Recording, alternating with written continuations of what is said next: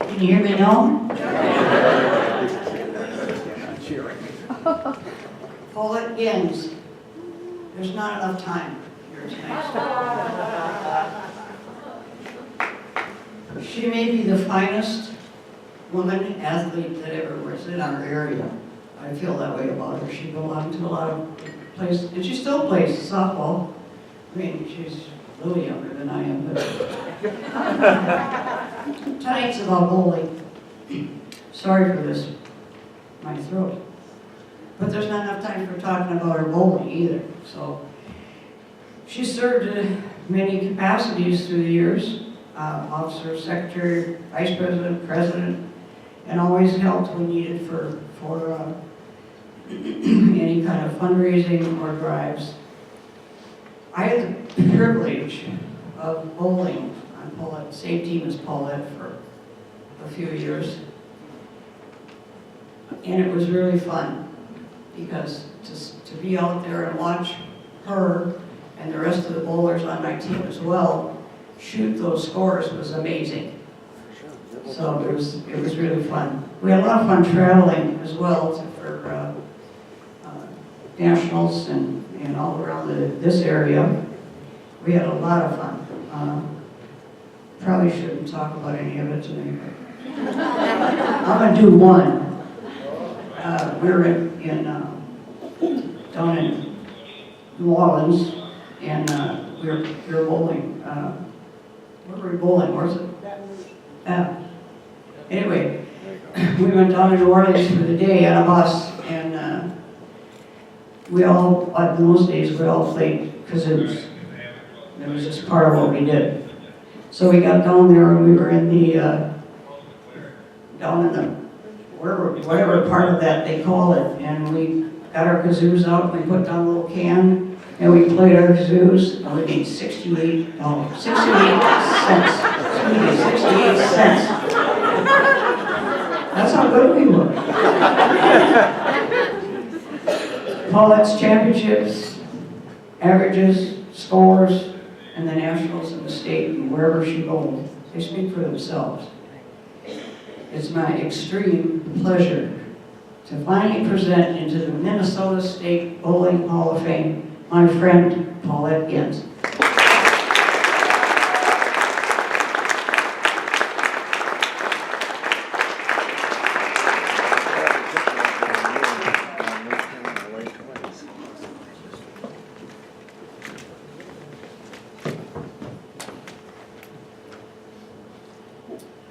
Thank you, Pat, for being my presenter. We certainly have had our share of memories over the years bowling and traveling together. And that is probably the #1 reason so many of us have made bowling a lifetime sport. It isn't always about the high scores and the accolades they may bring us, but rather the friendships that develop through our participation. If it weren't for bowling, I know I would not have made as many lifetime friends as I have. Before going any further, I would like to congratulate the other Hall of Fame inductees, Dave Langer, Richard Shogren, and the family of Bill Ecker. This is a truly humbling honor. Thank you to the Minnesota State Bowling Association for having such a recognition, and to the members who elected me. Thank you also to Louise Cram and Dorla Wagner, who encouraged me to submit my resume. When I started bowling some 50-plus years ago, I never imagined that someday I would be up here being named a State Hall of Fame member. I never even knew that such an award existed. That is not the reason I took up bowling. I've been involved in sports for as long as I can remember. My parents both played softball, or kitten ball as it were, and bowled. So I think that may have had an influence on me. The process of putting together a resume of accomplishments in bowling required a lot of searching through bowling records, leagues, standing sheets, average sheets, and tournament memorabilia. Kind of brought back a lot of fond memories. Paulette, your mic is off. Will you yell at us, please? Can't hear it walking. Oh, okay.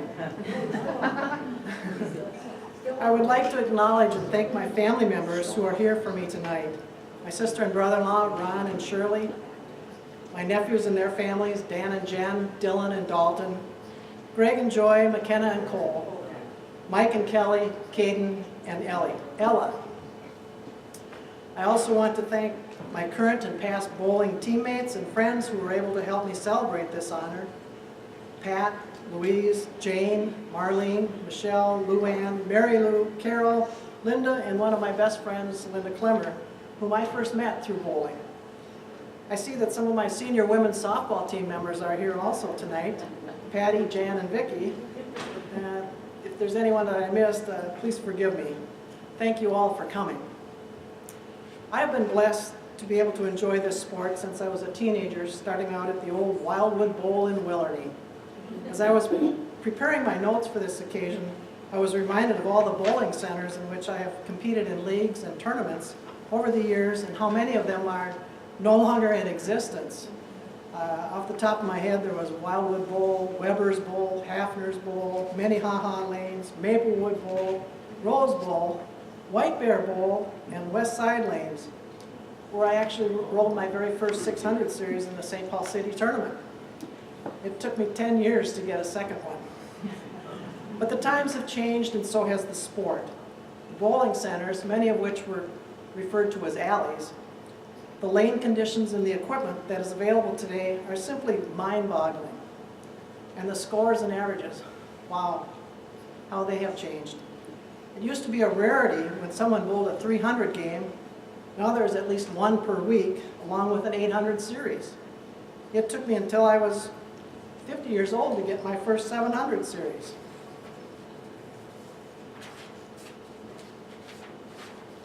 Yes, there have been many changes to the bowling landscape. There seems to be a ball for every kind of condition. The talent level and the scoring have improved significantly over the years as well.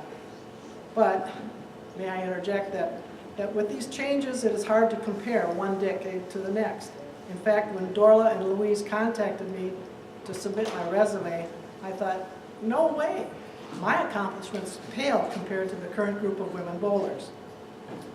Some of the people I have had the good fortune to learn from over the years include Leo Mann, Jerry Ernster, and Dick Ritker. In addition, many local bowlers, some of them members of the Hall of Fame that I had the opportunity to bowl with and against include Jean Havlish, Bunny Wydell, and Mary Lou Vining-Bird. Just a side story here, one of my favorite memories from the national tournament came in Baltimore in 1981. There were 6 of us who had decided to drive into Washington, D.C. to take in the sights, because we always tried to include some culture in our tournament trips. Now, getting into D.C. was an adventure itself with all the traffic and congestion, and back then the Washington Redskins football stadium was on the way. Well, we took, shall I say, an interesting route. I think we saw every side of the stadium from every street that surrounded it. But the one thing that really stands out is our journey to get to Arlington National Cemetery. Apparently our map was not the easiest to follow, or perhaps it was because we had 6 different viewpoints in the car as to how to get there. Because we ended up on a road that took us right up to the gates of the Pentagon. Now, the guard was not real happy to see 6 women bowlers pull up to his gate. He, in fact, told us in so many words to get the blank, you can fill it in, out of here, because you're in a restricted area. So we turned around and eventually found our way to Arlington, thanks to the directions we were able to get from a military person we saw on the road. We later learned when we returned home that the government changed that road and the signage so that tourists such as us would not be able to reach the restricted area. So our claim to fame was that we were responsible for upgrading security around the Pentagon. Yes, I have been very fortunate to have rolled 2 299 games in my pursuit of the elusive perfect game. So one of my favorite things to say when I go bowling is, I'm going to keep doing this until I get it right. But the best memories are the lifelong friendships I have made. I thank God for the abilities and opportunities He has given me, and any awards I have received are a gift from Him. Thank you all from the bottom of my heart for being here tonight to celebrate this honor with me.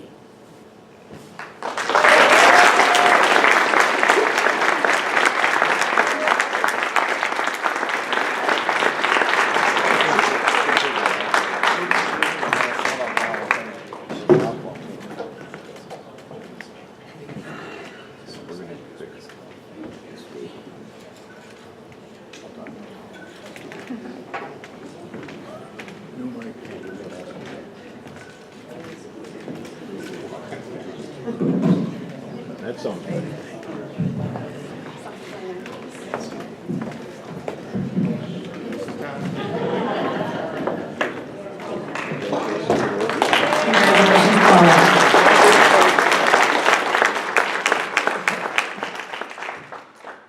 Okay, our next presenter is Tom Cornett. Now you can stand up. I can stand up.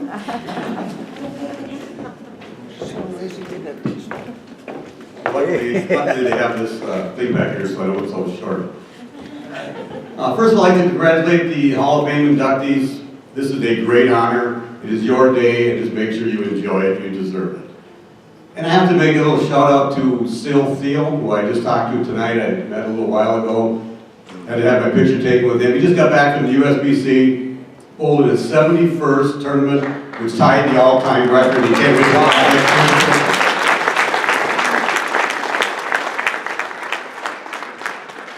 I'm here to talk about David Langer, Lumpy, as he is affectionately known, and I don't know how he got that name, but maybe his daughter and his wife here can give us some insight on that a little bit later. When I first met him back in the early 90s, started bowling CBA tournaments, just this young, feisty bowler that wanted to win at all costs, and he did. Anytime he was in the field of any CBA tournament, master tournament, whatever it was, he was definitely a threat to be reckoned with, and you had to go through him to win.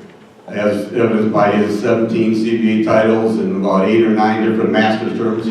He's one of the 2 or 3 guys who have won the Minneapolis Masters, the St. Paul Masters, and the Minnesota Masters, but he's got more of those titles than anybody. We started bowling together in league back in about, I think sometime about the early 2000s. Dave and I, Tom Havlis, we had John Holmes on the team, bowling in Maple Lanes. Now we got Roger Blatt. We had just have a great time. Both Tuesday nights at Midway right now. Of course, some of us have fun on the team, some don't. Some always want to bet. Lumpy and Tom Havlis have this bet, a shadow ball bet. At the start of the night, they throw their first ball without any warm-up or anything. It's $5 a pin. One guy strikes, guy gets 7. Well, he owes him $15. Just kind of fun to watch. These guys will bet on anything. They're on the golf course. They'll be watching, there's 2 birds land on a fence. They'll bet and see which one flies off first. Still not sure who came ahead on that one. His stats will just definitely speak for themselves. He's got 80-some 300 games, 20-some 299, which I think I saw about half of those 299s. He had a stretch where he couldn't quite get that last one. I don't know how many 800s, but as far as bowlers go in the state of Minnesota, I know he's only mid-40s, but I think he is the best bowler that we've seen around here. I've asked a few people. Bob Mysick, who was the manager here at Treasure Island, I asked him once, who would he want to throw a ball to win a tournament? And he said, without a doubt, David Langer. If you need somebody to throw a strike and you need it, he would be the guy to do it. He is that good. And I've been lucky enough to be able to bowl with him for all those years. And plus that, he's just a great guy. He's also a family man. A lot of people don't know his his personal side. They don't see that, just see him bowling. But I know his wife and daughter here, his mother's here with him. And I know they give him the freedom to go bowl to whatever he wants to do, whatever he wants to go. They allow him to go and bowl, which makes him that much better. He also is a bowling lanes manager for pretty much his whole life. Now he's at Flaherty's. He started I know when we first met, we was up at Maple Lane. We started our Trio Classic League. We have a Trio Classic League that's been going on since, I think, early 2000s. One year we had 32 teams bowling 6 games a night. He just promotes that league. Everybody wants to bowl. Wherever Lumpy goes as a manager, that's where this Trio Classic League goes. They just always want to follow him. And lastly, he also bowls on this pretty good tournament team. Tom Korth, I know, is here. When they needed a sponsor, it was about 6-7 years ago, they needed a sponsor. And I go, man, I'd like to be a sponsor of that team with those bowlers that are on there. Tom Court, Chad Nelson, Dan Bach, I don't want to name them all. But so he became the Locker Guy team, and I am more than happy to sponsor them. I'm very honored to sponsor his team. So now, I'd like to introduce you to the newest member of the St. Paul Hall of Fame, David Langer.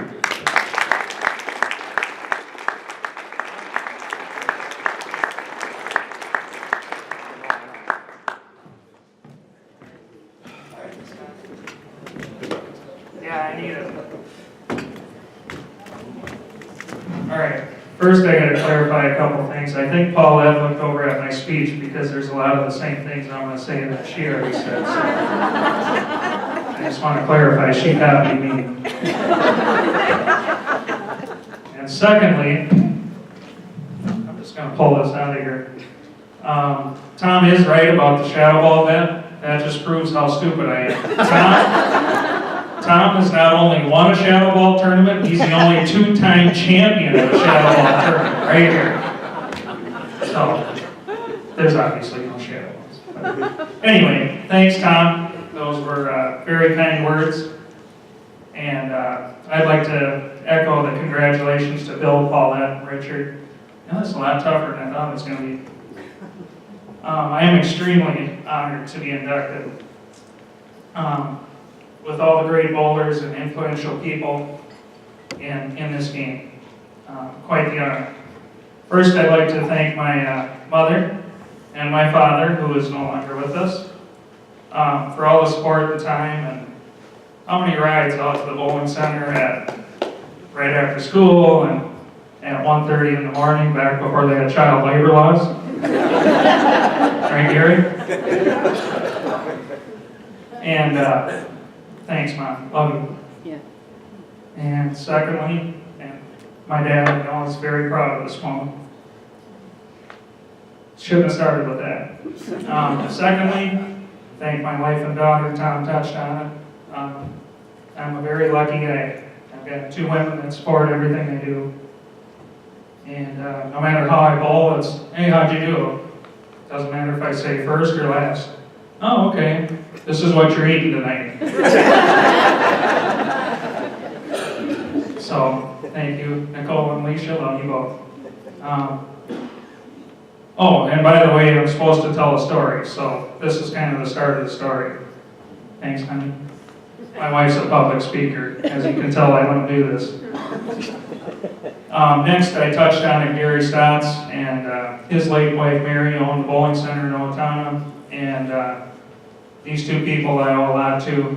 They invested countless hours of time allowing us to practice, and Gary was our high school coach, which I don't know if many people know this, but he pretty much is the start of all the high school bowling.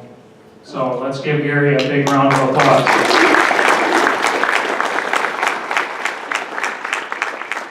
Thank you, Gary. He would have us out doing practices all the time, and I got to learn at a very young age that shooting spares is very important. That's one thing I've always prided myself on is throwing strikes, but also throwing spares. There's nothing I hated more than hearing the word minus. A minus was given if you opened a frame. Right, Gary? Amen to that. Also, from our town of Owatonna, which at that time was 16,000 people, just let people know that my brother Dan Langer, Chad Nelson, Dan Bach, Dave Ullman, Bob Hager, and Ryan Burr are all from that town. So a lot of people think it was something in the water, but I think we owe a lot to Gary. Thank you, Gary. So next part of the story, I moved up to the big city after I graduated high school and doing what I loved. That was competing in bowling and working in the bowling industry. Bowling for me is kind of broken down into 4 categories. First is league bowling, which to me is the most fun and relaxed atmosphere, and for the last 15 years has been my practice. I'm still competitive, but like to have fun and joke around. One little story we had, Tom touched on it, it's me and Tom and John Holmes and Tom Adlish, and our lineup one night, this was shortly after Tom had his hip surgery, we called him Limpy, and of course my nickname is Lumpy, and we'd always stick Johnny for a beer frame. And Tom, he always stuck at the line, so our lineup was Limpy, Lumpy, Sticky, and Stucky.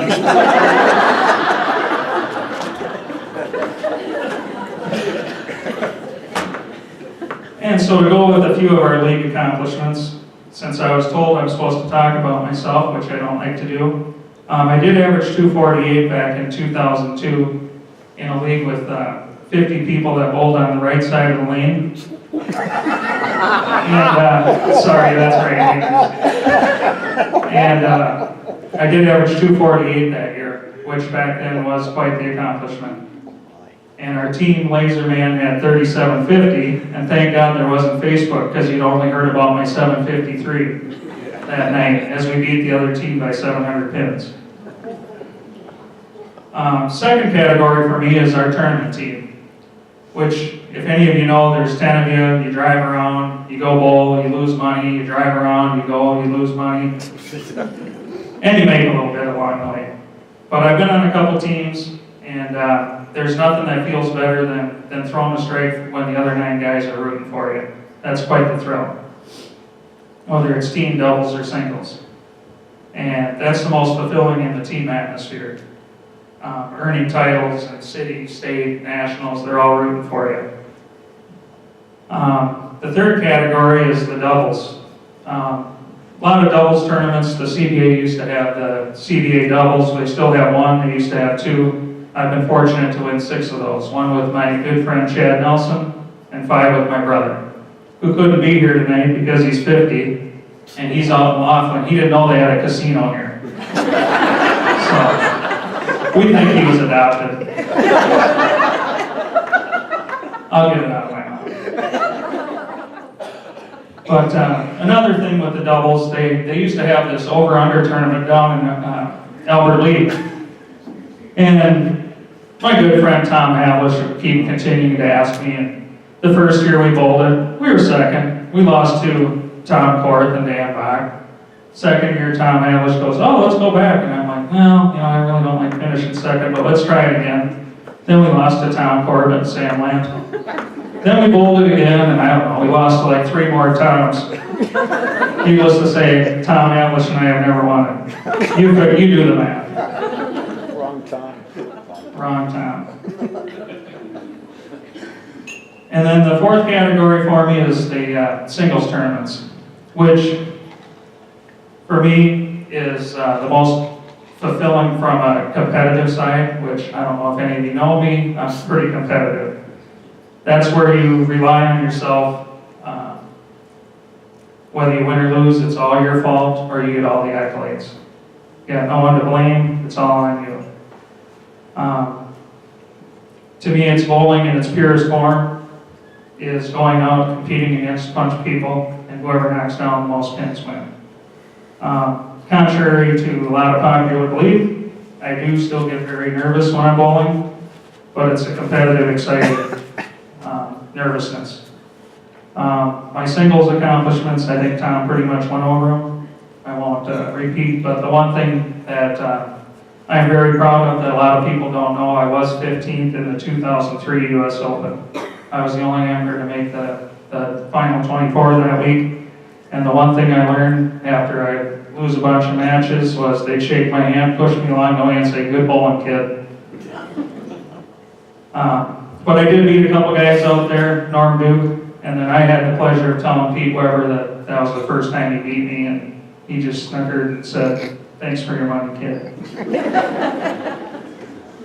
All these things that I've talked about do not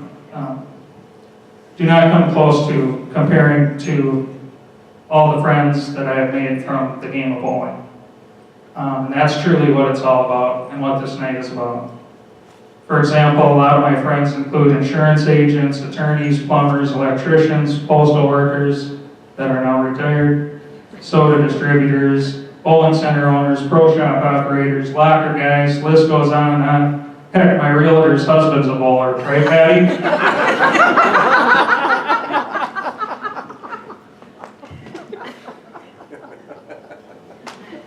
I just lost $5. I was bet that I couldn't give Tom a hard time. But I will close by saying, most importantly, I'm proud to consider all of you my friends. Thank you very much. Thank you, State USBC. And this is my 3rd Hall of Fame, 2 more to go.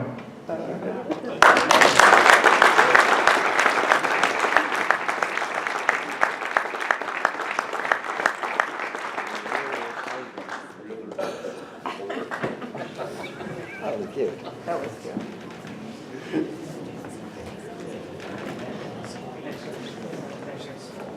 Can you get that on tape?